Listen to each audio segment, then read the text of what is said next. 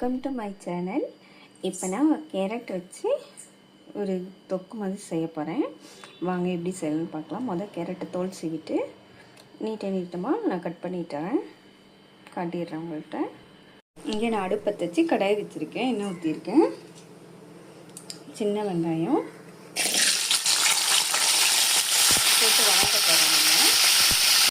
இந்த அளவுக்கு லைட்டாக வணங்கினா போதும். நான் கேரட்டை இந்த மாதிரி சிம்பிளாக வச்சுருக்கேன், அதையும் ஆட் பண்ணிட்டேன். 2 பச்சை மிளகாய்,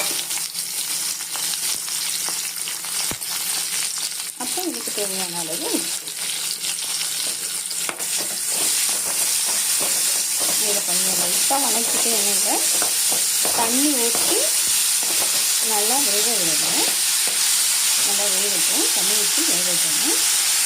இங்கே மிக்ஸி ஜாரில் நான் தேங்காய் எடுத்துருக்கேன், அது கூட கொஞ்சமாக ஜீரகம், கொஞ்சமாக மஞ்சள்தூள்,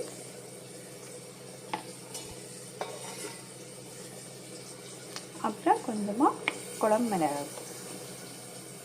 நீங்கள் இதை எடுத்துக்கலாம், இல்லை வரமிளகாத்தூள் எடுத்துக்கலாம், உங்களோட. இதை போய் நான் அரைச்சிட்டு வந்துடுறேன். பாருங்கள், இந்தளவுக்கு வணங்கிடுச்சு. இப்போ நம்ம அரைச்சி வச்சுருக்கிறது இதோட ஆட் பண்ணிக்கலாம்.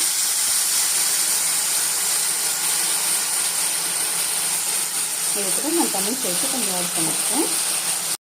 பாருங்கள், இந்தளவுக்கு நான் தண்ணி சேர்த்துருக்கேன். அவ்வளோதான். இது நல்லா கொதித்து வரட்டும். உப்பு நம்ம ஃபஸ்ட்டே ஆட் பண்ணியிருக்கோம், அதனால் பார்த்துட்டு ஆட் பண்ணிக்கலாம்.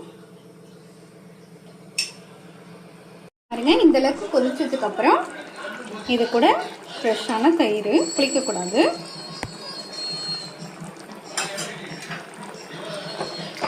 தயிர் ஊற்றி இது 2 நிமிஷம் கொதிக்க விடுவோம். அவ்வளோதான்.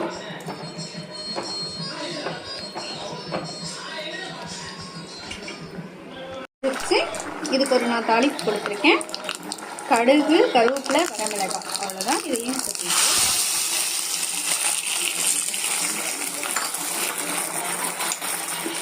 அவ்வளோதான், முடிஞ்சிருச்சு. இப்போ அடுப்பு ஆஃப் பண்ணிடுங்க. அவ்வளோதான்.